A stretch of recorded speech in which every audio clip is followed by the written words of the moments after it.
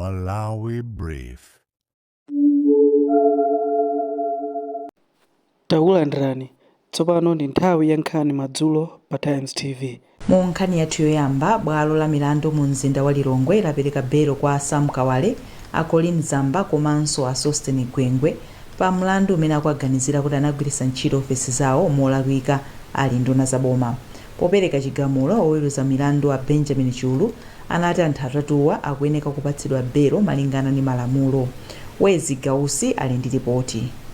Bwalo la milandu lauza anthu atatuwa kuti apereke ndalama zokwana 2 miliyoni kwacha aliyense, ndipo iwo ausanso anthuwa kuti apereke chikole chokwana 5 miliyoni kwacha koma osati cha ndalama. Bwaloli lauzanso anthu atatuwa kuti azikaonekera ku polisi yayikulu ya mdziko muno pa masabata awiri ena aliwonse. Poyankhula atatuluka m'bwalo la milandu, oyimira anthu oganiziridwawa pa milandu Akhumbo Soko anathokoza kuti bwalo lawapasa belo anthu amene akwayimira mulandu. Tinayemba kuti chachita zatipatse foti mulandu umayambira pa chachita ndipo fati zaunikire ziwiri zitatu kuti chachitiyo ayilemba molondola tangosuzumira foti tangoyiona kuno koma mmene tachioneramo chili ndithu ndi zifoko ziwiri zitatu ndofunika kuti pa nthawi yake yoyikika tikachiona muno bwino kusuzumiramo tidzathe kuwauza khoti kuti akumefe mkuona kwathu mwina apa khota ndi apa apaso akadaongola. Anthu atatuwa akhala ali m'manja mwa polisi kuyambira lolemba pamene adamangidwa. Iwowa ndi ena mwa anthu akuluakulu aku chipani cha MCP amene akhala akumangidwa pa milandu yosiyanasiyana. Pakadali pano, gulu lina lotchedwa mbada zokhuzidwa lapempha polisi kuti azitsatira malamulo pomwe akumanga anthu maka andale. Mtsogoleri wa gululi Abile Malata wati nzodandaulitsa kuti apolisi akumanga anthu kamba kamphamvu pomwe alibe umboni makamaka okwanira. Amalata anena izi pa mkumano wa atolankhani ku Lilongwe. Iwo adzudzulanso mchitidwe wa andale olowerera ku mabwalo a milandu pofuna kuti alange otsutsana nawo. Amalata akufotokoza zambiri kwa mtolankhani wathu Brenda Kayo. Ifeyo cholinga chathu sikufuna kupyepya wina kapena kupyepya usogoleri umene ulipo pano, koma tikufuna kuti President Professor Arthur Peter Mutharika asiye legacy. Tanena kunena kuti ali ku opposition amapempha Dr. Lazarus Chakwera kuchita plead ndi Dr. Lazarus Chakwera kuti asamamange mwa milandu yongo ya cooked up ku asogoleri ma senior members a chipani cha DPP. Nde zinkhani zimene zija zilipobe makotimu zimene paka pano mwina amalawi sanadziwe kuti kodi status yake ili pati. Ndeta ayamba kumanga sopano amene anali bomamo nde ayamba kumangidwa. Nde timafuna kuti ifeyo tikumanedi ndi a judiciary kuti tiafuse kuti kodi status ya milandu ya kumbuyo ija ili pati. Gulu la anthu amene adawathamangisa mdziko muno mu nthawi ya ulamuliro wa chipani chimodzi lati likufuna kukumana ndi mtsogoleri wa dziko lino Peter Mutharika ndi cholinga choti awathandize kulandira chipukuta misonzi chawo.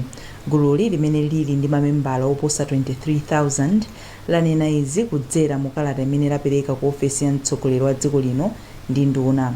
Mmodzi mwa akuluakulu a gululi a Alan Griffin Kondowe wati akukhulupirira kuti Mutharika ali ndi kuthekera kupangitsa kuti boma liwapatse ndalama zawo zimene akhala akudikira kwa zaka zoposera 30. Akondowe akufotokoza. Kufuna kuona na His Excellency on point ya compensation. Issue ya compensation is dragging from 1994 up to now, but last time we were assured by then were assured by Malawi Congress Party that they were going to do it, and at the end of the day we only ended up now tinangoona na mtambo basi, but at the end of kuchoka paja tunaona chiwo muntu aliyense. Now kubwera kwa Mutharika, we've got a hope kuti atitandiza chifuka Mutharika na onse wanali kwa exile whereby akuziwa mavuto yamene ifeyo being bantu amene analukeza tunapitamo. So as a result nakulimbikisidwa kuti let's say at least ziteka kuti your president wanana now, then compensation issue it will be sorted out. nduna yoona za chitetezo cha mdziko apita mukhito yati boma liwunikira ngati nkoyenera kuonjezera nthawi yotetsa gawo loyamba la kalembera wa ziphaso zakubadwa imene ikuyembekezeka kutha lachitatu sabata ino. Amukhito anena izi pomwe amayendera sukulu zinayi za mboma la Dedza pofuna kuona mmene ntchito iyi ikuyendera limodzi ndi akuluakulu a bungwe la European Union, United Nations Development Program, a boma la Norway komanso Ireland. Pemphero Malimba ali ndi ripoti. Pa ulendowu omwe anachita pamalo olembetsera sukulu za primary za Dedza Government, Kapalamula amaonekera ndi kantchito zinadziwika kuti malo ena amakhudzidwa ndi vuto la netiweki, ndipo pa sukulu ya Dedza Government panafika anthu ochuluka ofuna kulembetsa ana awo, zimene zinapangitsa kuti oyang'anira ntchitoyi apemphe ndunayi kuti iganizire zowonjezera masiku a ntchitoyi. Amukhito omwe anali limodzi ndi wachiwiri wawo Norman Chisale ati potengera kuti ntchitoyi imafunika ndalama zokwanira akhala pansi ndi kuwunikira za ganizoli. Kudziwa kuti mwina nkutheka kuti pamene tikutseka papezeka ena oti mwina sakhala kuti tawalembesa ngati akuboma tikhala pansi tikambirana monga tikudziwa kuti kalembera yakuchitika mzipatala komanso kwa DC ndiye tikhala pansi tipanga fundo imodzi kuonesesa kuti mwana aliyense ndithu amene andi zaka zotsika musi pa 16 years kutsika musi mwana aliyense alembese. Komabe iwo ati ndi okondwa ndi momwe ntchitoyi yayendera. Mkulu wa bungwe la UNDP mdziko muno Afenera Frost wati bungwe lawo likulingalira zothandiza dziko lino kupeza njira zina zolembetsera obadwa kumene ndi cholinga chotafirana ambiri m'madera osiyanasiyana. Kazembe wa bungwe la mayiko a Ulaya a Daniel Alisti wati ndi okondwa ndi momwe ntchito ikuyendera ndipo watsindika kuti bungweli ndi lodzipereka kuthandiza pa ntchitoyi. Bungwe la National Registration Bureau likugwira ntchito yakalembera ziphaso zakubadwa za anthu osafika zaka 16 m'magawo asanu ndi awiri, ndipo gawo loyambali lachitika m'maboma a Dedza, Chitipa, Likoma, Machinga ndi Blantyre. Bungwe loyang'anira za zomangamanga la Construction Industry Regulatory Authority CIRA lapempha ogwira ntchito zomangamanga kuti azitsatira malamulo pofuna kuonetsetsa kuti akumanga zinthu zapamwamba komanso zolimba. Pempholi laperekedwa pa mkumano omwe bungweli limachitisa mu mzinda wa Mzuzu omwe cholinga chake ndi kuphunzitsa ophunzidwa pa zakagwiridwe ka ntchito ka bungweli potsatira kusintha kwa bungweli. Mark Lloyd Chilangiza walemba ripoti lomwe wawerenga Chimwemwe Maseko. Kusintha kwa bungweli kuchoka ku National Construction Industry Council NCIC kupita ku CIRA kukutsatira kusintha kwa lamulo la ntchito zomangamanga m'dziko muno lomwe linayamba kugwira ntchito mwezi wa Juni chaka chatha. Kusinthaku ndi kufuna kuonetsetsa kuti masomphenya a ntchito zomangamanga kuno ku Malawi kukufikira pa mulingo wa ntchito zomangamanga pa dziko lonse lapansi, komanso kuthandizira boma kupititsa patsogolo chitukuko cha ntchito zomangamanga m'dziko muno. Mkulu wa bungwe la CIRA Engineer Gerald Khonje walangiza ogwira ntchito zomangamanga kuti azitsatira malamulo ndi ntchito zonse za bungweli pofuna kuonetsetsa kuti zomangamanga m'dziko muno zikukwaniritsa miyezo ya pamwamba. Kandi amene tili maudindo osiyanasiyana mabungwe amene amapereka policy direction tikhale ndi policy yonena kuti ikulimbikisa zinthu zomangamanga kuti zikhale zolimba, tionesese kuti tikamapanga budget tayikaso ndalama zokwanira malingana ndi chinthu chimene tikutani tikufuna kuti chimangidwe. Pothirapo ndemanga pa zomwe zinatumphuka pa msonkhanowu, mkulu wa kampani ya Citibank William Mbowe wati dongosolo latsopanoli lithandizira kuti makontraktala azitsatira malamulo komanso kulimbikitsa mpikisano wa zomangamanga zapamwamba komanso zolimba. Mene abwera a CIRA ndi malamulo pena otitsina, pena otilimbikitsa, pena otithandiza. Titengapo otithandizawo kuti nafeso tipange zinthu tsopano zoyenera kuti dziko lathuli likamatukuka lizitukuka ife eni yake ife tikulitukula ndi mphamvu zonse. Msonkhanowu unasonkhanitsa pamodzi makontraktala, alangizi, ogulitsa zinthu komanso oyimira mabungwe omwe si aboma kuti akambirane zotsatira malamulo a bungweli omwe anakhazikitsidwa mchaka cha 2025. Kupitirira ndi nkhanizi wachiwiri kwa nduna yoona za ulimi Athoko Tembo wadandaula kuti fakitole yopangira chipere imene bungwe la ADMAC lidamanga yatha zaka zisanu ndi chimodzi isakugwira ntchito. Malingana ndi akuluakulu ku ADMAC, izi ndi malingana kuti kontrakita amene ankagwira ntchitoyi sadasiye zoyenera kapena kufotokozera ogwira ku ADMAC mmene angamagwiritsire ntchito chinthuchi. Isaac Salima ali ndi nkhani yonse. Ndunayi idakonza ulendo oyendera zina mwa zipangizo komanso ntchito za bungwe la ADMARC. Poyamba ndunayi idakafika kumene bungwe la ADMARC limasungirako mbewu zake kulimbe mu mzinda wa Blantyre, kumene idaona zina zimene ADMARC ikuchita pofuna kukweza ntchito zake. Ndunayi kenako inapitirira kulichenza mboma la Tcholo kukaona fakitoleyi imene akhalisa kugwira ntchito kwa zaka pafupifupi zisanu ndi chimodzi kuchokera pamene ntchito yoyimanga idatha. Ndunayi idati zinthu zokhumudwitsa kotero kuti boma lilowelerapo pofuna kuti iyambe kugwira ntchito yake. Ndinokondwera komanso wachisoni pang'ono chifukwa ndikudziwa kuti ADMARC ili ndi zinthu zambiri zimene zinakatha kumagwiritsidwa ntchito kwathu kuno kutukula dziko lathu la Malawi. Komanso pa nthawi yomweyo zikuoneka kuti zinthu zonse zigwiritsidwa ntchito yayi. Chimodzi mwa iwo ndi Dow plant imene tabwera kuzaona kuno chokuti chakhala zaka zambirimbiri chikungokhala. Chinakhala ngati chinthu chimene chikugwira ntchito bwezi chitapindulira kwambiri anthu akuno kulichenza komanso kupindulira dziko lathu lino la Malawi. Nde mukucheza kwathu iwo akunena kuti ayesetsa kuti chinthu chiyambe kugwira ntchito kuti zinthu zonse zitheke. Kumbali ya boma tili okonzekaso kupanga support kuti zimene zitheke.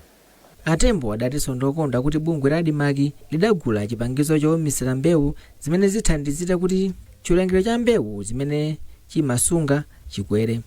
Mkulu wa zamafakitale ku bungwe la ADMARC a Bright Mambinga adati fakitaleyi yakhalisa kugwira ntchito malinga ndi kuti amene ankayimanga sadapereke upangiri kwa amene amayenera kumagwiritsa ntchito okugwira ntchito ku bungwe la ADMARC.